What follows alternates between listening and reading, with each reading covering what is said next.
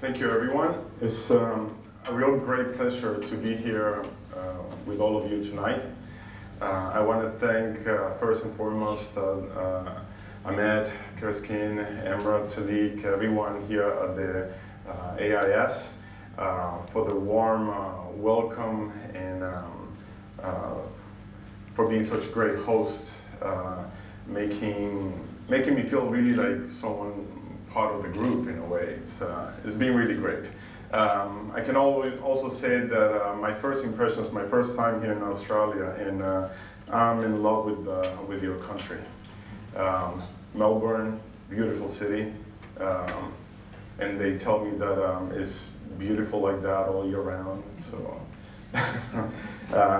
it's putting ideas into my head. Seek asylum here, right? Yeah. Well, first disclaimer, I'm not a good speaker. I rather be taking pictures, be making pictures and have those images just do the talking for me. So this is not a typical position in which I find myself all the time, even though as a teacher at a university, I do find myself in front of the students quite often. And what I try to do is just get away from the mic and sit with them and be a little bit more informal in there. But for the sake of time and organization in the program, I'm going to do, I prepared some words and I'm going to try to follow up and read this and avoid some tangents here. All right. Some years ago, I met a few people who caused a great impression on me for many reasons, but I'll mention three simple ones of them.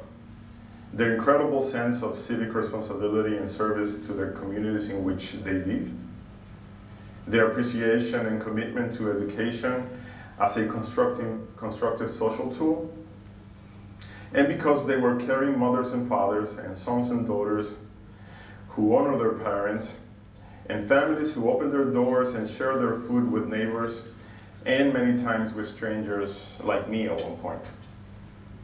And they do all this in their belief and hope that our personal and small efforts can help build a better world for all of us. I am sure you can see how attractive this could be. So I set out myself to meet more of these people. It was kind of addictive. Find good people, you want to meet more of them like that. To listen and make images in the hope of understanding them better.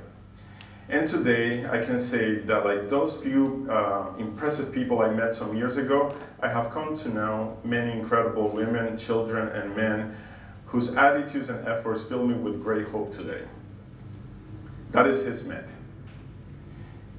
During the past few years, I have been working on a visual documentation of the Hizmet movement, also known as the Gulen movement, in an effort to understand first what this movement is, second what it does, its motivation, and its impact no longer in its native Turkey, but as an international movement that it has become.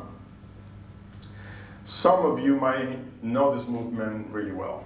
Some of you might heard about it, but I can tell you that many people have no idea what Hizmet is. And to me, that was the real surprising thing. I mean, when I came in contact with this movement several years ago, I have never heard of it before. And I just couldn't, I kept asking myself, why? How come I never heard of it? So far, in my process, I have seen the work of tireless and committed individuals who truly believe that selfless service towards others, education as a foundation, and respect of our differences can really bring about peace and prosperity to our societies. I have also witnessed how these individuals, because of their ideals, are being persecuted, in jail, and tortured, and wrongfully accused of plotting against the democracy. Hundreds of families, thousands of people, women and children, as Emra pointed out earlier, have been forced to leave their country, Turkey, to escape the current government's persecution. I would like to show tonight a group of a small selection of this photographic project, Beyond the Water, which are portraits and stories of Ümit and Sevinç. Ümit and Sevinç are two Turkish names, and those are the names that I have, in a way, given to all these incredible men and women that I have met during this process, as a way of also protecting their identities. For reasons that you'll understand when you're reading some of these descriptions there, they are still in fear, even if they have already crossed their borders into other European countries or some other places. So I've prepared a slideshow that I would like to show. It's very quiet, which I think maybe adds a little bit to the intensity of it, and it might require for you to do a little bit of reading, but I hope it's worth it.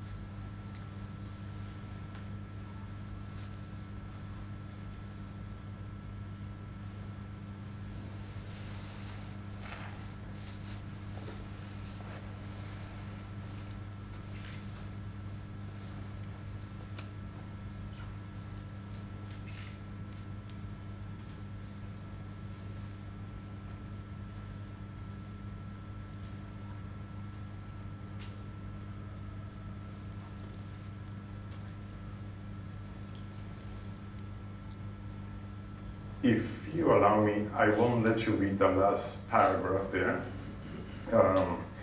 because this gentleman, he sent me a letter that he had written for the Greek authorities. And I assume and I guess that the main reason why he wanted me to have that letter as well, aside from my own interest in his story, is for the possibility of me to share it with whoever I can at some point. And I have an excerpt of that letter here that is a little larger than that paragraph, so if I'm allowed to read it.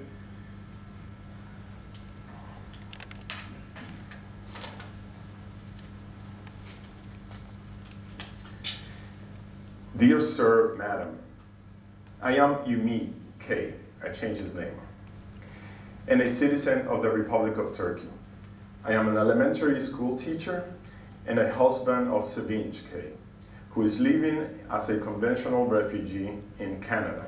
I am the father of Berin K., who has had to live without me, her father, for a year and has been recently living as a conventional refugee as well in Canada.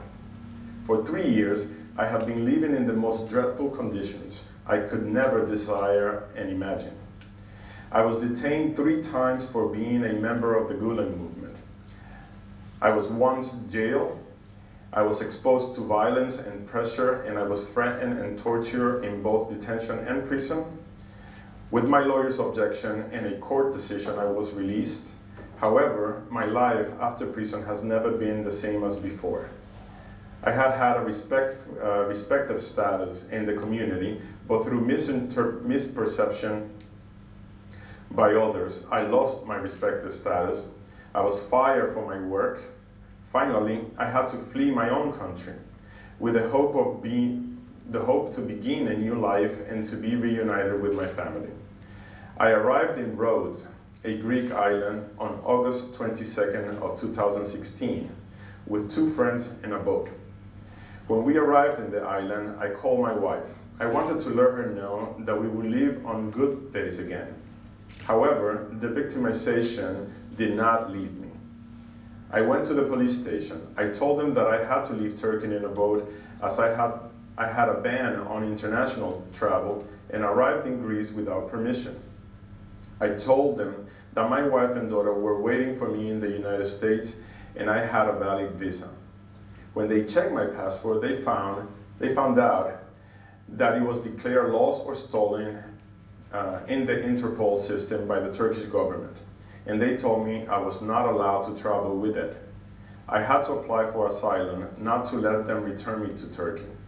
I was detained for 111 days, along with drug dealers, murderers, rapists, thieves, and all types of basic criminals, for smuggling into the country and having an invalid passport, in such a way that a political asylum seeker should never be treated. After the police threatened us with lawfully keeping us in jail for 18 months, and upon the psychological problems we suffer, my friend Halil, now in Canada, tried to commit suicide for 2 times. In order to convince him out of suicide and obtain our freedom, we decided to go on hunger strike. On the 6th day of hunger strike, the chief of police came to promise that he would release us and we would if we cease the strike. We were released after 2 weeks on December 12, 2016. During those painful and poisonous 111 days, we can call those 111 years, for which I still weep and on remembering, I suffer abominable pains. However, beyond all suffering and all the pains I experienced, a voice I heard on the phone that will echo on my ears forever hurt me so much and left me wounded. End quote. Dad, can we be a family again? On those painful days, I was shocked by such words of my daughter. In fact, my daughter was expressing her own pain. The phone just slid from my hands. I just collapsed like a building in a severe earthquake. For about 500 days, I have been away from my daughter, my daylight, and my wife, I greatly miss, and all those I love. 500 days and nights filled with agony and tears. The destiny crucifying Jesus crucified me in Greece. I cannot be saved. Days do not flow as rivers. Each day I am stabbed anew on my chest. My family was made to live together, not to be separated. I must tell you something secret. I never had a girlfriend, and I never asked anyone to be one. I had to love just one woman, and I had to be hers, with my flesh, blood, soul, dreams, and my past. Namely, as a whole, I had to belong to her. One day I met a girl as clever as Athena and as innocent as Maria. We got married. When I held my wife's hand, we promised each other that those hands would never be separated till death put us apart. However, they got separated. For 500 days, those hands cannot meet. I am very lonely. Loneliness sounds like death to me. I am really depressed. My wife and my daughter also get depressed each day. Last week, my daughter had a breakdown and told her mother that she wanted to stab herself with a bread knife. My wife cannot shoulder the burden. When I think about what we are going through, I cannot breathe as my heart misses a beat. I know that it is not the ocean that separates us, but procedures and laws. The soulless laws that are as cold as gravestones and as cruel as a headsman's knife. Gandhi said that laws did not have to hurt men's dignity. If they hurt, they are not laws but fists. We are entirely broken. Our days are full of tears, fears, and our nights are scary too. At the end of November, Erdogan will visit Thessaloniki and probably bargain for the return or kidnapping of Turks, as it happened in Pakistan, Malaysia, Kazakhstan, and a few other countries. Maybe I will never be able to see my daughter and wife again. Please help us prevent unstoppable disaster from falling upon us. That's the end of the letter. Thank you so much.